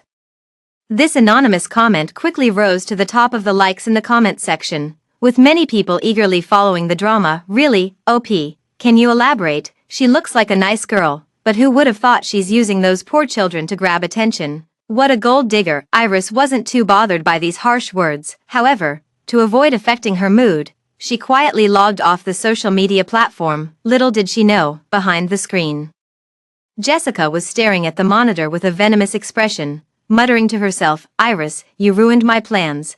How dare you still act all high and mighty while being adored by everyone? If I'm not doing well, you should have your reputation completely ruined too. A pet should never overstep its owner." The next day, Iris was startled awake by the ringing of the phone. On the other end of the phone, Dean David said anxiously, "Iris, you need to check online immediately. A group of anti-fans has flooded in, all criticizing you." Iris had just woken up and was still feeling somewhat groggy. The dean's voice continued over the phone. "Even our rehabilitation center's official account has been overrun, with people accusing us of putting on a show," they also said. The urgent words halted here as Iris paused, hesitating to continue. Iris felt a twitch between her eyebrows. The refreshed page on her phone had already given her the answer. They even claimed she was the other woman who ruined someone else's relationship. Last night, an article accusing her suddenly went viral, seemingly boosted by paid traffic, with its popularity stubbornly high and the hashtag solely tied to her name. The article vividly recounts how Iris destroyed the childhood sweetheart's relationship, causing the girl to leave the country heartbroken, and also describes how, when the girl returned to try to reconcile, Iris acted maliciously and cunningly to tear them apart. The use of rhetorical flourishes is so skillful that even Iris, a humanities student, couldn't help but admire it. The emotions of netizens were quickly stirred up, and Iris was instantly placed on the pedestal of guilt, subjected to the judgment and abuse of countless netizens.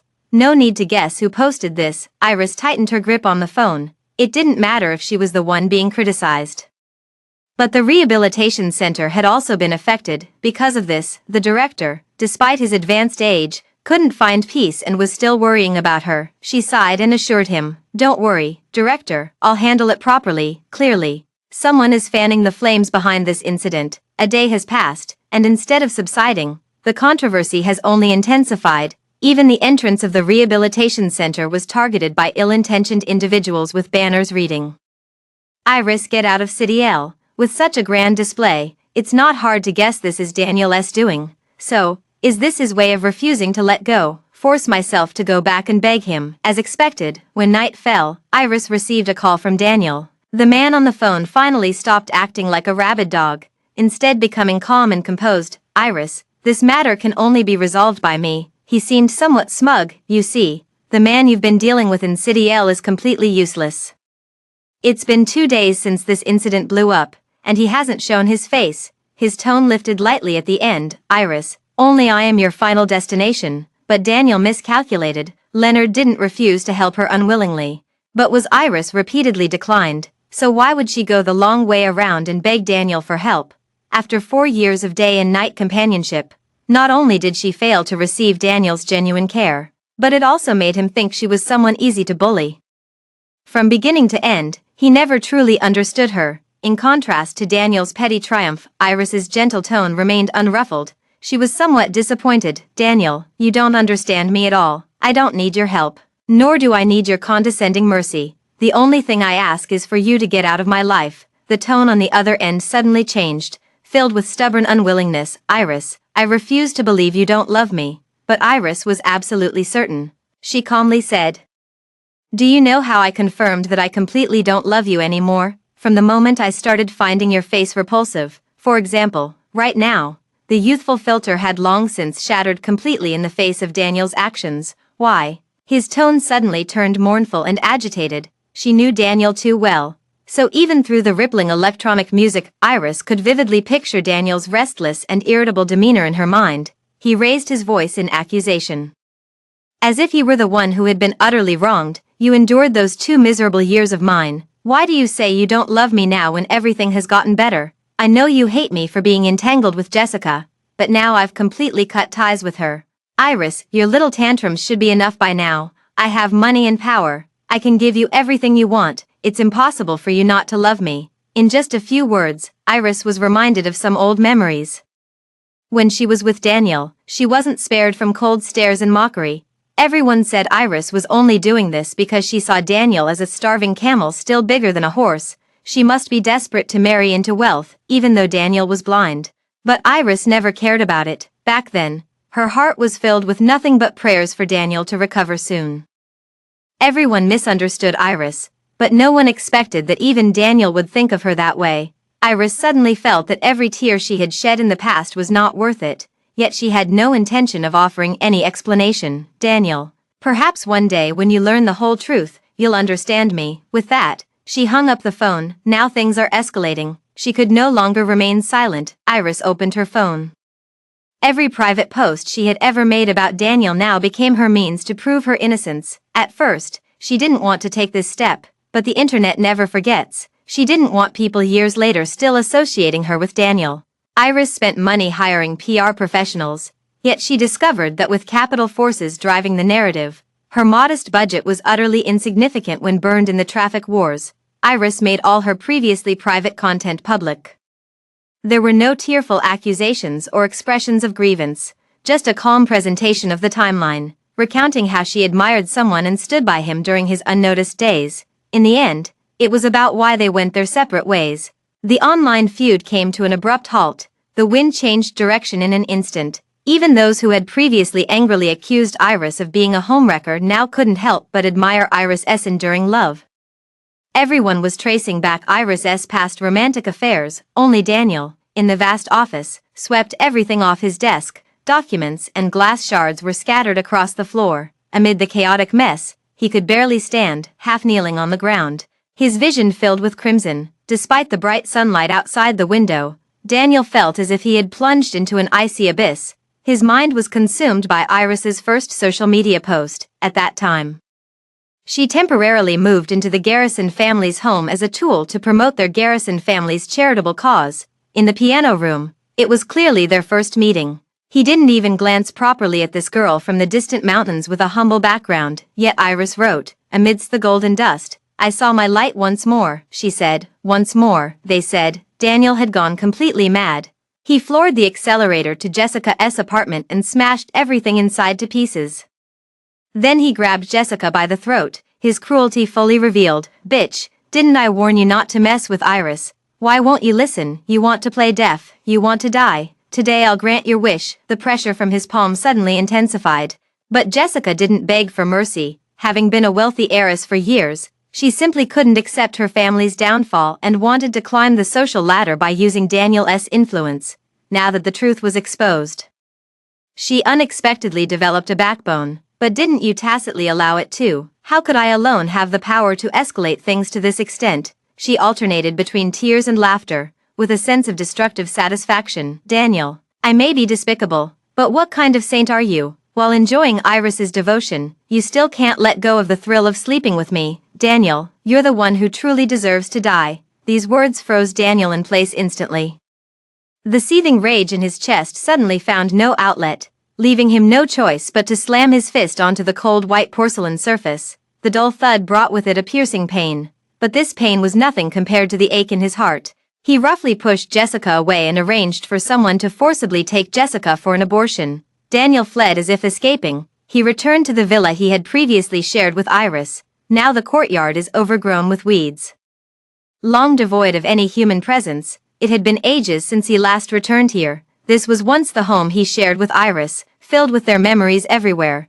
Daniel simply couldn't bear the suffocating sleepless nights, so like a deserter, he fled and never looked back. Yet in just a few short months, all traces of her had completely vanished. The air was heavy with a stifling scent, no longer carrying the floral fragrance she once loved, as if she had never been here. Daniel stood in the empty villa, opened his phone again, and scrolled through Iris's social media accounts. Each post was proof of her love for him. At first, this was her secret crush diary. He looks so handsome in his suit. And standing next to his childhood sweetheart, they make such a perfect pair. I sincerely hope they'll be happy forever. Still girlishly paired with some adorable emojis. Will we ever meet again in this lifetime? All those unspoken words of gratitude. After watching his latest interview video, I felt suddenly enlightened and no longer lost. I'm going abroad for graduate studies. Only by standing higher can one see further. He fell ill, and it seemed no one loved him anymore after he lost his sight. This place became her prayer diary. In the snowstorm of December on Changbai Mountain, Iris walked devoutly step by step, just to hang a red prayer ribbon for her in the cold wind. She spent half a day each week copying scriptures at Shufo Temple, completing 21 volumes over 2 years, all to Daniel accumulate good karma. There were still 1,800 steps left. The jade talisman of peace she had prayed for with 3 kneelings and 9 prostrations was shattered the very next day by Daniel in a fit of rage. These, Daniel never knew, nor did anyone else. In a world unknown to others, she loved with grand gestures. She had her little temper too. After getting together, this became her little grudge notebook. Today, his clothes had another woman's perfume, but he said it was just acting for the occasion, unavoidable in socializing, so I'll forgive him this once. On the 361st day since his sight was restored, why hasn't he proposed yet? He's too busy, so I'll forgive him for the 41st time. Found a ring at home, the one he originally bought for Jessica. Does he still not let go? The next day, I received a ring he had his secretary buy. Whatever, forgiving him for the 63rd time. His fingers trembled as he scrolled through each one, until he saw the last post about him. It was her farewell letter. Jessica returned to her home country. He didn't propose to me at his birthday party, and he jumped into the pool for his white moonlight. This is the 99th time forgiving Daniel. Daniel, I'll never like you again, so. She had already decided to say goodbye completely from that moment on, yet he remained self-deluded, thinking he could manage 2 relationships and confidently juggle between them. He trampled on Iris's sincere feelings. The screen suddenly became blurry. It was Daniel shedding tears. All of this, he knew too late, far too late. Daniel suddenly remembered the last phone call, Iris hinting at something when she said, "Daniel, perhaps one day when you learn the whole truth, you'll understand me." Why is it so? Despite all the suffering she endured, she was still willing to give him chance after chance. From the very beginning, she threw herself into the flame like a moth, never knowing retreat. Daniel searched frantically around the house, every room, every corner, looking for any trace of Iris. In the upstairs storage room, Daniel carefully opened an exquisitely wrapped box. It was a black coat. Daniel immediately recognized it as his own, a limited edition luxury item he purchased from across the Pacific for a 6-figure sum. Hazy memories began to resurface. Daniel suddenly realized the truth. So it was never her investing in him all along, nor was it because she wanted to use him to climb the social ladder, nor was it because she had harbored a secret crush on him for so long. It was simply because a small act of kindness he once casually offered had illuminated Iris for a long time. Thus, she couldn't bear to see him fall into the mire. The liquor cabinet still held some strong spirits that had traveled across the ocean. Daniel took them all out. After touching the truth, he didn't even have the courage to call Iris anymore. He could only rely on these things to stimulate his nerves. Daniel carried the alcohol upstairs and entered the room he shared with Iris. He leaned against the empty corner of the wall, gulping down large mouthfuls of alcohol. Meanwhile, his phone buzzed again with a new news alert. It was a video. A reporter had arrived at the rehabilitation center to interview Iris. Probably Iris also wanted to take this opportunity to clarify everything, so she didn't avoid the camera. Will this incident cast a shadow over your future life? Under the high-definition lens, she still looked stunningly beautiful. Iris shook her head gently, her tone soft and tender. It's not really a shadow. I've long since moved forward with big strides. Only those trapped in the story would see it as gloom. The bottle in his hand could no longer be held. Falling to the ground and rolling under the bed, Daniel crouched down but couldn't reach the bottle no matter how he tried. Instead, beneath the bed leg, he found a dust-covered photo. The setting is beneath the fulfillment pagoda. The golden cauldron stood majestic, with the wind howling fiercely, and the colorful prayer flags fluttering behind them. Iris had tousled hair and a face slightly reddened by the wind, yet she still smiled brightly as she pulled Daniel to take a photo. Daniel. They say every prayer and wish made beneath the pagoda will come true. Back then, she closed her eyes in devotion, murmuring wishes for Daniel to have a smooth sailing life, yet Daniel was full of impatience, scoffing at her naive foolishness. Even during group photos, he went through the motions absent-mindedly, fiddling with his phone, and to this day, he still remembers. The phone displayed Jessica's recent updates. At this thought, Daniel could no longer hold back and burst into tears. It wasn't until midnight that Daniel finally calmed down. He dialed Iris's number again. This time she didn't block him. After several beeps, Daniel heard soft breathing on the other end. She wasn't in a hurry, just waiting for him to speak first. Daniel took deep breaths, trying to keep his voice calm, but the tremble at the end of his words was still involuntary. Iris, I'm sorry. I was too self-righteous. From beginning to end, I wasn't worthy of you. I'm sorry, truly sorry. Words begging for forgiveness couldn't escape his lips. Daniel was like a child who had done wrong, incoherently repeating apologies. But in reality, Iris never expected Daniel to truly repent and apologize. After all, staying by Daniel's side had always been her own willing choice. She truly, in the past, had always been grateful to Daniel. On the day they reunited at the Garrison family's villa, she had so much to say to Daniel. But the unfamiliar look in his eyes made it clear he didn't remember her. How could a girl he once cared for in the blood-stained ruins so easily become the most forgettable moment in his memory? So, was the coat he draped over her back then merely a performance for the media, or was there truly a moment when his heart was moved? Iris couldn't figure it out, but none of that matters anymore. Iris just tightened her grip on the phone, calmly responding to the sobbing voice on the other end. Daniel. Don't say sorry, just say goodbye to me properly. Don't let our last page rot too. After hanging up the call with Daniel, Iris felt inexplicably exhausted. Everything finally settled, and she lay in bed sleeping until the next morning. No more nightmares would trap her over and over again. On social media, Jessica was exposed and criticized mercilessly. Iris, as the wronged victim, was inevitably drawn into the center of the storm, since Iris gave the interview. More journalists have caught wind of the hot topic and are now camped outside the rehabilitation center. Director David had no choice but to wave his hand and grant Iris a few days off. Might as well enjoy the peace while it lasts. Iris thought that the messy love triangle between her, Daniel, and Jessica would at least be a topic of online discussion for several days. I never expected to wake up and find all traces gone. Iris stared blankly at her phone when suddenly Leonard's name popped up on the screen. As she answered, the hum of car engines and the sounds of children playing accompanied his voice, all ringing in Iris's ears. Iris jumped off the bed, ran to the window, and yanked the curtains open. Sunlight flooded the room. She saw the tall, slender figure leaning against a car downstairs. For some inexplicable reason, her heart swelled with emotion, and she felt a sudden warmth in her chest. Her voice choked up as she spoke. Leonard, thank you. She wiped away the traces that had made her feel embarrassed. On the other end of the phone, his tone was gentle and composed, as light as a breeze. No need for thanks, let everything settle down soon, and return early. And also, Leonard paused in his tone, his deep voice brushing past Iris's heart like a feather. Jerry said he misses you. She suddenly smiled, asked, is it just Jerry? Silence, only the sound of the wind blowing. Then he looked up and immediately caught sight of Iris's figure. And me, Iris, I miss you too. The weather is nice today. Come out and get some sun. Iris agreed and got ready in record time. Little did she expect that Leonard would step on the gas and drive her straight back to their alma mater.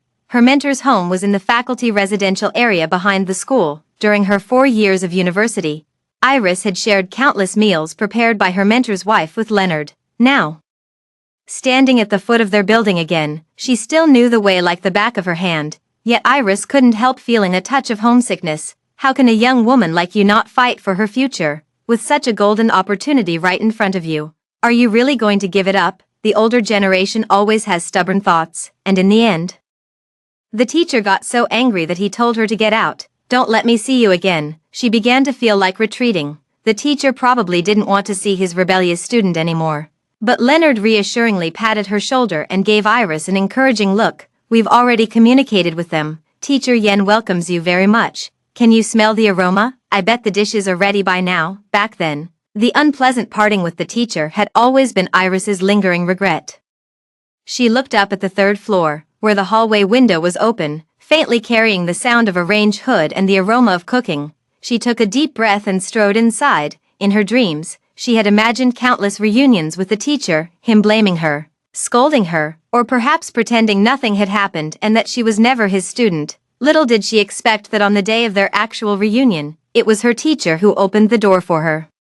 With a kind gaze that swept over her, it was the teacher whose eyes reddened first, saying, "You've suffered a lot during this time." Now, the teacher and his wife have long since retired. Even without teaching, they still maintain the habit of keeping up with the news. So naturally, they had heard about Iris's situation. All the knots in the heart were untangled over a warm lunch. After the meal, the teacher clamored to play chess with Iris. He had always prided himself as the chess champion, unbeatable in the staff residential area, until years ago when he lost to Iris, a little girl, in a game. Who would have thought that after all these years, he still couldn't let it go? Meanwhile, the teacher's wife, who hadn't seen Leonard for years, pulled him into the study for a heartfelt conversation. Amidst the black and white pieces of the board game, the teacher spoke slowly. "Not until I saw the news did I finally understand the choice you made back then. The world was never simply black or white, nor can it be judged purely in terms of right and wrong. At my age, I realize I've lived with less wisdom than you." The black stone is placed. The teacher beamed with joy. "This time, you didn't outplay me." Iris lowered her head with a smile. "It was just my luck back then. I'm a student you taught, at best carrying a hint of your style. How could I ever compare to you? The pear soup simmering in the kitchen is ready.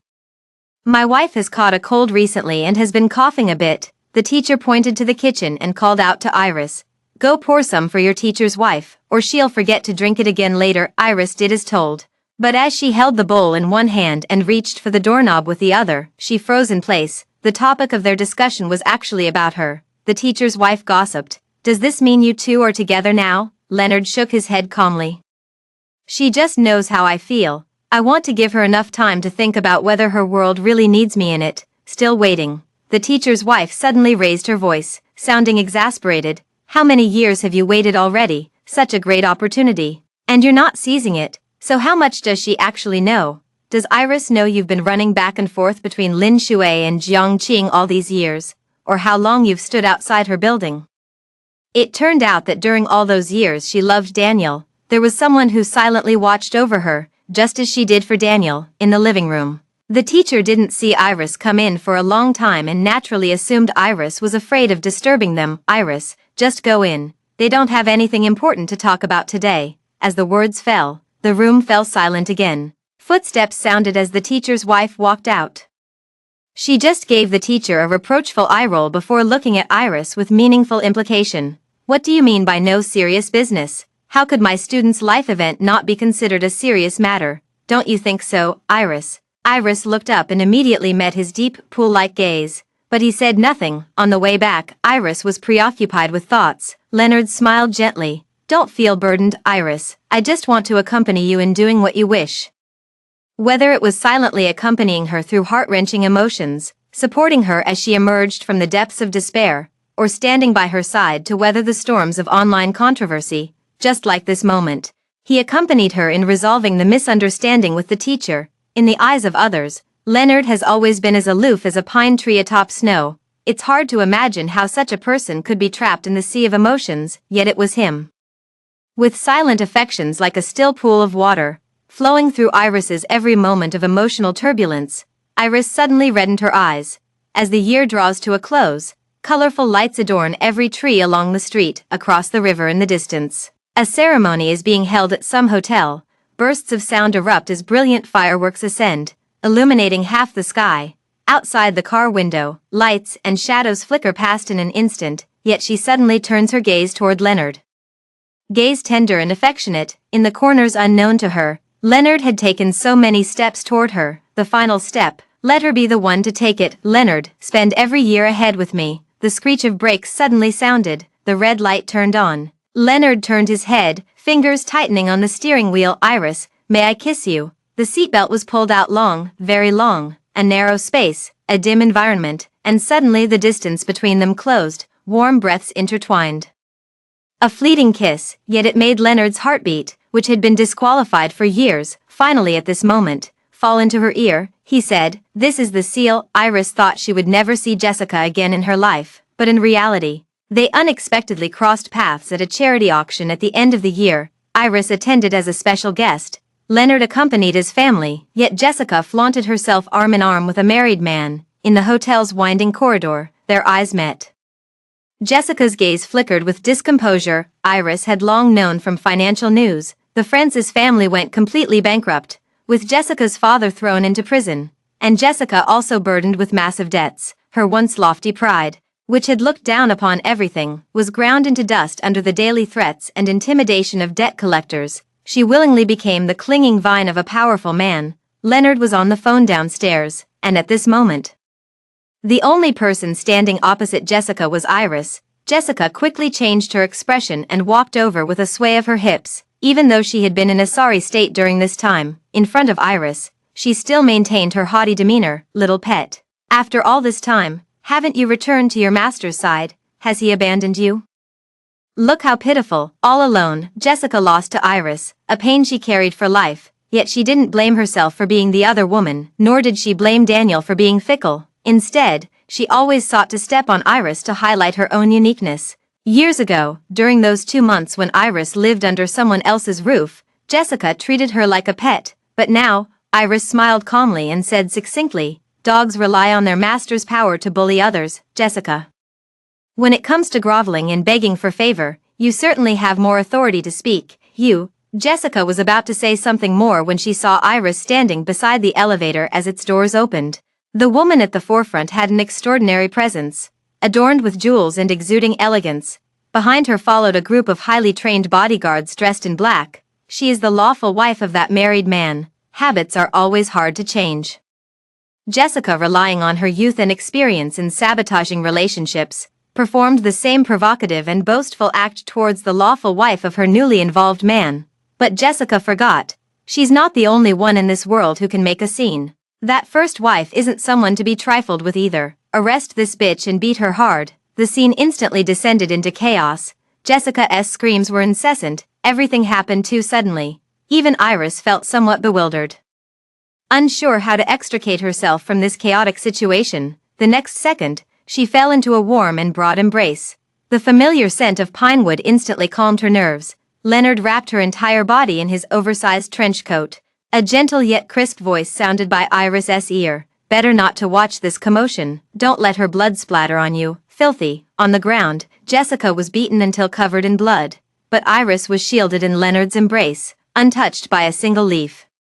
Jessica was always competing with Iris, unaware that their statuses had long been clearly distinct. Immersive translate. In the season of melting winter snow and flourishing grass, at Iris's suggestion, the Rehabilitation Center held an art exhibition featuring paintings by children with autism. The exhibition was grandly held, attracting many groups concerned about children with autism and Iris's fans who came specifically for it. Iris, as a core member, was busy running around. She even wanted to personally oversee the placement of every single painting. She knows every young writer and the world the children want to express. Daniel also went. The familiarity of the past was like a brand. Iris spotted him at a glance, only. At some point, even the black trench coat looked oversized on him. He has lost a lot of weight. Looking gaunt and emaciated, there seemed to be an unfathomable sorrow between his brows. But in just a moment, Iris averted her gaze. Someone in the venue called out to her. The little boy took her hand, revealing a section of her fair white wrist, where the emerald jade bracelet clinked against the zipper on the boy's clothes. A tinkling sound rang out. He watched as they walked hand in hand, slowly approaching the man not far away. His expression was gentle, a smile playing at the corners of his lips. Leonard slowly spread his arms open. Iris buried her head against his shoulder, murmuring something coquettishly. The dull ache in his heart began to throb again. Having seen how she loved him, Daniel couldn't deceive himself anymore. As Iris said, she had long since moved forward with great strides. She has found the happiness that truly belongs to her. Daniel stood at the entrance of the venue for the entire afternoon. He silently watched the crowd. Iris was shining brightly, She explains things to people and takes photos with them. She receives too much praise and admiration from people. She was never a glimmer. She is the grand brilliance. There is a power that illuminates everyone. Daniel went to the old house alone. Despite the overgrown weeds, he inexplicably felt a sense of peace. He moved the old-fashioned clock back and shut himself in that small room. Ding dong. Ding dong. 1, 2, 3, 4. Gradually, only the sound of the clock remained in the entire old house. Daniel has trapped himself in memories. By the time he was discovered, his body had already completely rotted and withered. Daniel's suicide was reported in the news. At this moment, Iris was with Leonard, preparing to go look at wedding houses, but she didn't react much, turning off the TV and then taking his arm. Everyone must take responsibility for their own decisions. We must also move forward.